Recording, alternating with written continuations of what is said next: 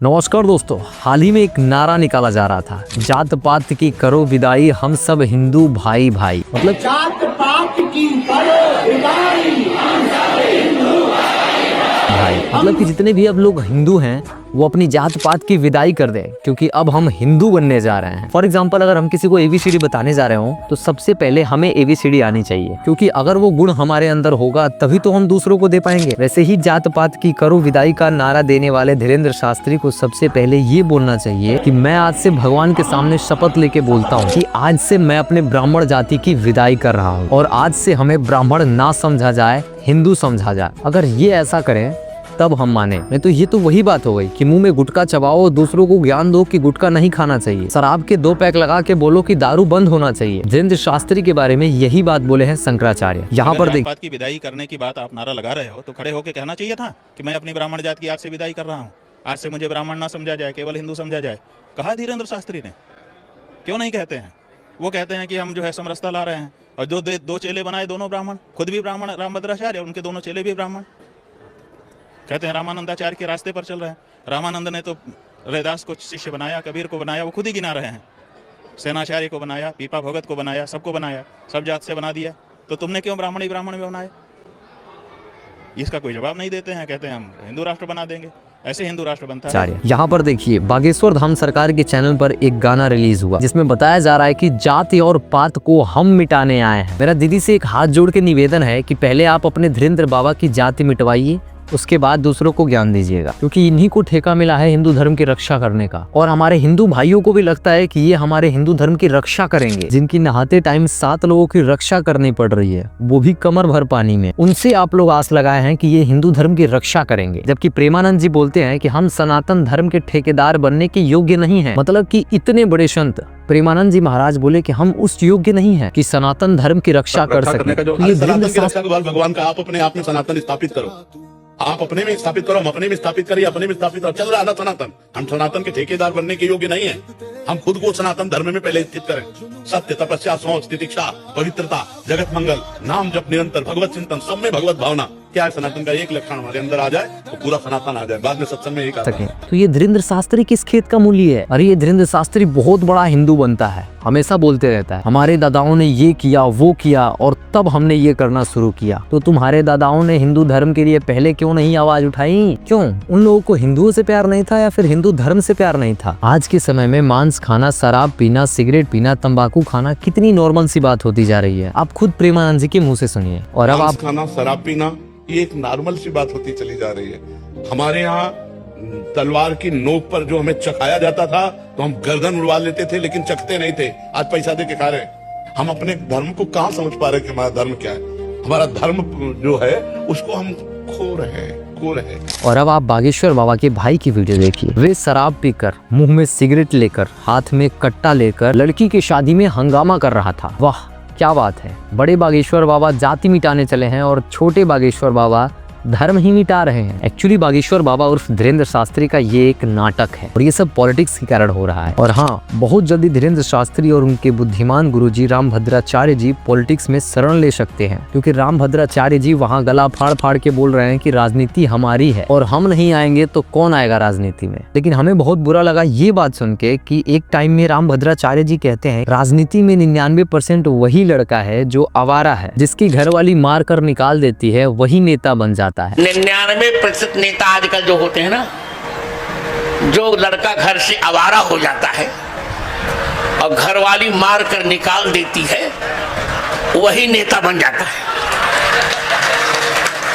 99% एकाकुश विद्वान होते हैं। जाता है मतलब कि एक टाइम में राजनीति को गलत बताना और ये बताना कि पत्नी के घर से बाहर निकाल देने से लड़का राजनीति में आ जाता है। मतलब कि एक टाइम में राजनीति को गलत बताना और बाद में बोलना कि राजनीति हमारी है। मुझे एक बात इनकी मूर्खता पर तरस आ रही है कि जगत गुरु राजनीति में नहीं आएंगे तो क्या लुच्चे नंगे लफंगे आएंगे?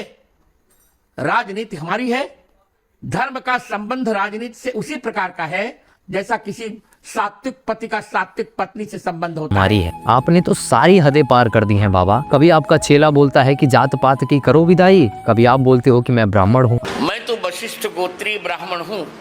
आप क्यों नहीं बोलते कि मैं जाति की विदाई कर दिया हूँ, मैं एक हिंदू हूँ? इसलिए नहीं बोलते क्योंकि एक नाटक है। ये धीरेन्द्र शास्त्री तो मोदी जी की तरह बोल रहा है, कभी आपका मंगलसूत्र छीन ले जाएंगे, कभी आपकी भैंस चोरी कर ले जाएंगे, कभी आपकी बहन बेटियों को घर से उठा ले जाएंगे। ठीक इसी प्रकार से धीरेन्द्र शास्त्री बोल रहा है कि जातियों में मत बटो वरना तुम्हारी बहन बेटियों को धर्म विरोधी अत्याचार करेंगे। मतलब कि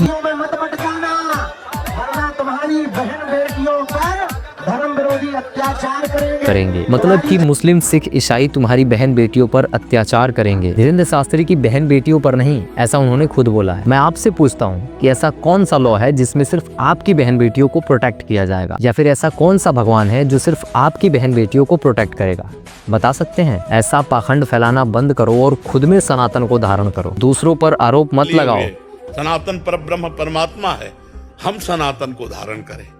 हम ये जो दूसरों पर आरोप करते हैं तो हमें ये समझ में नहीं आता कि क्या हम किसी की निंदा कर दें तो सनातन कहला लेंगे, क्या हम किसी की हिंसा कर दें तो सनातन पर आरोप मत लगाओ।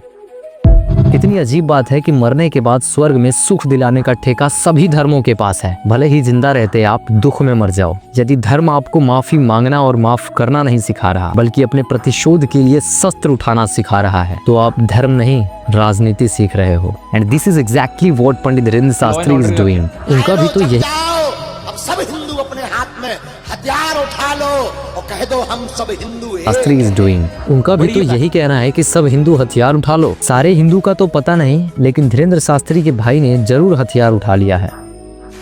आइए धीरेन्द्र शास्त्री की शक्तियों पर नजर डालते हैं। एक बार तो इसकी बात रावण से भी हो चुकी है और बाकी हमारी रावण से बात हुई और सर में मारो, अब सर में बराबर चुकी है, और बाकी हनुमान जी से तो डेली बात करते हैं पर्चे के थ्रू, ये तो सबको पता है। लेकिन आखिर धीरेन्द्र शास्त्री को और उसके सन्यासी बाबा को शक्ति कैसे प्राप्त हुई? हनुमान जी के दर्शन कैसे हुए थे? रावण से बात कैसे हुई? अच्छा तो दादा गुरु जी के जो दादाजी थे श्री सन्यासी बाबा, जिनका हम जयकारा लगाते हैं, उन्होंने 1.25 करोड़ हनुमान चालीसा का पाठ करके हनुमान जी को प्रकट किया था। हनुमान जी ने प्रकट होके कहा था, साक्षात्कार करवा के करके, कि जाओ इस धाम पर अब जो भी आएगा वो झोली भरकर लेकर हुई। अच्छा तो इसका राज ये है, 1.25 करोड़ बार हनुमान चालीसा का जाप किए। एक बार हनुमान चालीसा पढ़ने में 10-15 मिनट लगते हैं। मेरे को तो दादा के दादा ने 1.25 करोड़ हनुमान चालीसा का पाठ करके हनुमान जी को प्रकट कर लिया। अब यहाँ समझने वाली बात यह है कि हनुमान चालीसा को एक बार पढ़ने में समय कितना लगता है। यदि आप गूगल से पूछेंगे तो आपको पता चलेगा कि 10-15 मिनट का समय लगता है। गूगल के अनुसार हनुमान चालीसा पढ़ने में 10-15 मिनट का समय लग ही जाता है। तो अगर हम खाली 10 मिनट का भी मान लें तो 1.25 करोड़ चालीसा का जाप करने के लिए 237 साल से अधिक का समय चाहिए। ये गणित बड़ी आसान है। आप 1.25 करोड़ में 10 का गुणा करें तो टोटल मिनट आ जाएगा, फिर 60 से भाग करेंगे तो घंटे में समय मिल जाएगा, फिर 24 से भाग करेंगे तो दिनों की संख्या मिल जाएगी, फिर 365 से भाग करेंगे तो वर्ष मिल जाएगा। यदि हम 10 मिनट का समय मानते हैं तो 1.25 करोड़ बार चालीसा पढ़ने के लिए 237 साल से भी ज्यादा, यानी मोटा मोटी 238 वर्षों की जरूरत होती है अगर आप लगातार चालीसा पढ़ते रहे। लेकिन तभी मेरे दिमाग में आया कि कायदे से पढ़ने में, यानी गा के पढ़ने में हो सकता है 10 मिनट लगता हो, किसी को कंठस्थ हो तो वो जल्दी जल्दी पढ़ ले, जय हनुमान ज्ञान गुण सागर जय कबीर सिंह लोक उजागर, तो वो 5 मिनट में ही खत्म कर सकता है। तो हमने सोचा क्यों ना 5 मिनट का ही हिसाब जोड़ ले। तो 5 मिनट का समय लगाने पर भी हमें 118 वर्षों की जरूरत होती है। फिर हमें लगा कि हो सकता है बढ़ के प्रकांड रहे हों और तेजी से पढ़ लेते हो, मने मन पढ़ लेते हो, 2.5 मिनट में ही पढ़ लेते होंगे। तो हमने 2.5 मिनट का भी हिसाब निकाला। 2.5 मिनट में भी अगर पढ़ लेते हैं तो कम से कम 60 साल लगातार पढ़ना पड़ेगा। अब सवाल यह है कि धीरेन्द्र के दादा कितने साल जीवित रहे कि उन्होंने 60 साल लगातार हनुमान चालीसा पढ़ा? 1.25 करोड़ बार। क्या उनके जीवन में और कोई काम नहीं था? पैदा होते ही बोले कि लाओ भैया हनुमान चालीसा लाओ, हम बैठ के पढ़ेंगे, और पढ़ते पढ़ते 60 साल गुजार दिया? क्या उन्होंने अपने जीवन में और कुछ भी नहीं किया? और यदि कुछ भी नहीं किया तो धीरेन्द्र कहां से आ गए? मेरे को तो लगता है कि बाबा की हिल गई है। ये बताते हैं कि जब हम क्लास में पढ़ते थे तो बच्चों का रिजल्ट आने से पहले हम नंबर बता देते थे कि उनका नंबर क्या आएगा। इसीलिए इनके टीचर और प्रिंसिपल ने इनको स्कूल आने से मना किया था। उन्होंने कहा था कि आप मत आना स्कूल, आपका नाम नहीं कटेगा। एक न्यूज चैनल से बात करते हुए ये बताते हैं कि अगर हम पढ़ लिए होते तो आपके सामने नहीं बैठ के बात कर पाते। देखो किस कदर ये शिक्षा के खिलाफ गलत माहौल बना रहा है। वैसे भी लोगों का अशिक्षित होना बहुत जरूरी है, तभी तो ऐसे लोगों की रोजी रोटी चलेगी, तभी तो ये लोग कुछ भी बोल देंगे और जनता विश्वास कर लेगी। जैसे कि आप ये वीडियो देखिए, कैसे ये बाबा हिंदू मुसलमान के बीच आग लगाने का काम कर रहा है। इसका कारण बिल्कुल देख करके धीरे धीरे ये स्थिति आ गई कि वो 6% से 22% हो गए और हिंदू धीरे धीरे घट रहा है। उनके ऊपर लगातार प्रायोजित तरीके से अत्याचार किए जा रहे हैं और हिंदू समाज अभी भी चुप बैठा है। यह बात हमारे दिल में बहुत ज्यादा चुभ गई अब हमने विचार किया कि तालियां बजाने से हिंदू राष्ट्र नहीं बनेगा। इसका कारण बिल्कुल सिंपल है, क्योंकि बाबा को शक्ति का ज्ञान है, पढ़ाई का नहीं। आपने खूब सुना होगा कि पाकिस्तान में एक जमाने में 24% हिंदू हुआ करते थे और वो हिंदू आज घटकर रह गए हैं केवल 1.5% के आसपास। ये बात आपने कहीं ना कहीं सुनी होगी, बहुत ही पॉपुलर किस्म की बात है, हर जगह ऐसी बातें सुनने को मिल जाती है। इस बात को ठीक से अगर समझेंगे ना तो तथ्य ऐसा नहीं है एग्जैक्टली। और ये सब तथ्य समझने के लिए आपको किसी राजनीतिक पार्टी के बयान को देखने के बजाय सेंसस पे ध्यान देना चाहिए कि जनगणना के आंकड़े क्या कहते हैं। आपको मैं 2 तथ्य देता हूं, क्या बात समझ सके। इस पाकिस्तान में, जो वेस्ट पाकिस्तान था उस समय, 1941 में 14% आबादी ऐसी थी जो हिंदू थी, 14% से। और ये डेटा उपलब्ध है इंटरनेट पे आराम से, आप अगर सेंसस की रिपोर्ट देखें, क्योंकि उस समय अविभाजित भारत में इस क्षेत्र की आबादी कितनी थी वो पता लग जाता है। और 1941 के सेंसस में अगर आप इस हिस्से और इस हिस्से को मिला लेंगे, पूरे पाकिस्तान को मिला लेंगे, तो पूरे पाकिस्तान में 24% हिंदू आबादी थी। ये बात भी ठीक है, इसमें कहीं कोई दिक्कत वाली बात नहीं, ठीक बात है। इस वाले हिस्से में 14% हिंदू लोग थे और 1951 के सेंसस में यह देखा गया कि इनकी संख्या घटकर 1.3% हो गई। पाकिस्तान ने अपने सेंसस में जो दलित समाज है, एससी समाज है, उसको अलग वर्ग बना के काउंट किया और उसको मिला लेंगे तो संख्या थोड़ी सी बढ़ जाएगी, 1.5 हो जाएगी। और आज के समय में देखेंगे तो यह संख्या 1.5 और 0.3 और मिला लीजिए तो उनको मिला लेंगे एससी समाज को तो 1.8% के आसपास है। यानी 1941 में 14% हिंदू थे इस क्षेत्र में, 1951 में 1.3% रह गए। इसका मतलब क्या हुआ? कुछ लोग इसका मतलब ये निकालते हैं कि इतने सारे हिंदुओं को मार दिया गया, उनका कत्लेआम हो गया। कत्लेआम नहीं हुआ ऐसा नहीं, कत्लेआम हुआ, लेकिन ये आबादी का पूरा अंतराल कत्लेआम से खत्म हुआ ऐसा नहीं है। तथ्य और गौर करते हैं। ये जो भारत का अपने पंजाब का इलाका था, अगर आप पंजाब के इलाके के सेंसस को ध्यान से देखें, 1941 में पंजाब प्रांत, भारतीय पंजाब प्रांत में जो मुस्लिम आबादी थी उसकी संख्या 32% के आसपास थी, 32.3% थी। और 1951 में इसी पंजाब प्रांत की आबादी, भारतीय पंजाब प्रांत की आबादी में मुस्लिम जनसंख्या का अनुपात रह गया 0.8%, 32.3 के आसपास से 0.8% रह गया। पाकिस्तान के कई लोग जो नफरत फैलाना चाहते हैं वो कहते हैं कि पाकिस्तान, भारत के बारे में कहते हैं कि भारत के मुसलमान पंजाब में जो 32% थे 0.8% रह गए, बाकी सबका कत्लेआम हो गया। ये वो लोग बोलते हैं। और सच इन दोनों से अलग है। एक सच ये जरूर है कि जब पाकिस्तान से लोग भारत आ रहे थे, भारत से पाकिस्तान जा रहे थे तो हिंसा हुई, कई लोगों की मौत हुई। मैं ऐसे कई परिवारों को जानता हूं दिल्ली में, क्योंकि दिल्ली में मैं जा रहता हूं, उस एरिया में ऐसे बहुत सारे परिवार हैं जो उस समय वहां से आए थे और उनमें से कईयों के पास ऐसी कहानी है कि उनके घर में कितने लोगों की हत्या हो गई थी। ऐसे कई परिवार हैं। ऐसे कुछ परिवार भी हैं जो मुसलमान थे, यहां से वहां जा रहे थे, उनमें से कुछ की हत्या है। लेकिन इसका बड़ा कारण था माइग्रेशन, इसका बड़ा कारण था इमिग्रेशन। कैसे? एक एग्जाम्पल से बात समझिए। कल्पना कीजिए कि इस पाकिस्तान के इलाके में 100 लोग रहते थे और इन 100 में से 86 मान लीजिए मुसलमान थे और 14 हिंदू थे, क्योंकि हमने पहले देखा कि 14% हिंदू थे। और जैसे भारत आजाद हुआ, पाकिस्तान आजाद हुआ, ये 14 व्यक्ति जो थे, इनमें से 12 व्यक्ति मान लीजिए भारत आ गए, क्योंकि उनको लगा कि हम बाहर हैं, जहां पर हिंदू ज्यादा रहते, हम क्यों खत्म होंगे। इसी तरह से जो पंजाब का इलाका था, इस पंजाब में मान लीजिए 100 लोग थे, उन 100 में से 32 मुसलमान थे, 68 हिंदू थे मान लेते हैं, हिंदू सिख दोनों मिला के।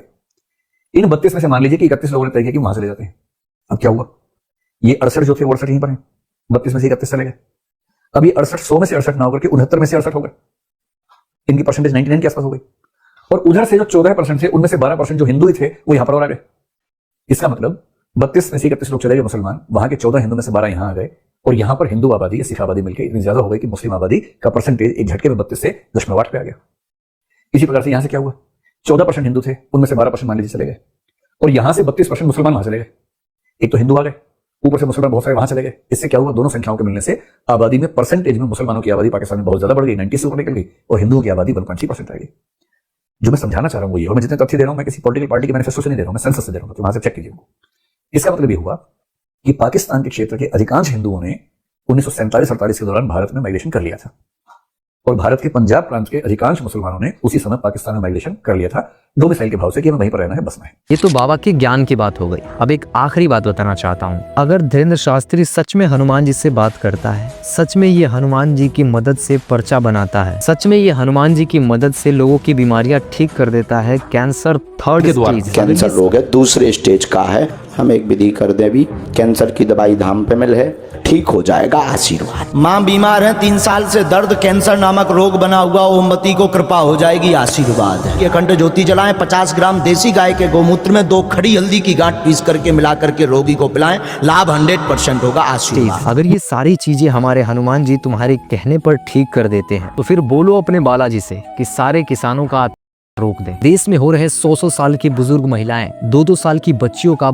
रोक दें। बहुत बोल लिया आपने, अब बारी हमारी है। आखिर क्या फायदा है ऐसे बालाजी के होने का जिनके सामने 2-2 साल की मासूम बच्चियों का कार करके मार दिया जा रहा है, जिनके होते हर दिन 22 करोड़ भारतीयों को भूखे सोना पड़ रहा है। आपने तो बोला था कि भगवान सब देखता है। वो दृश्य कैसे तुम्हारे बालाजी देख लेते होंगे जहाँ पे 2-2 साल की मासूमों को कोई नोच के खा रहा होता है। अगर ये बात सच है तो मेरे नज़र में तुम एक ढोंगी हो। अगर इस वीडियो में हमसे कोई गलती हो गई हो तो मैं हाथ जोड़ के माफ़ी मांग रहा हूँ, आप मुझे क्षमा करें। बाकी ये वीडियो काफ़ी लंबी हो गई है, तो इस वीडियो में बस इतना ही। मिलते हैं नेक्स्ट वीडियो में। लास्ट तक बन रहने के लिए धन्यवाद।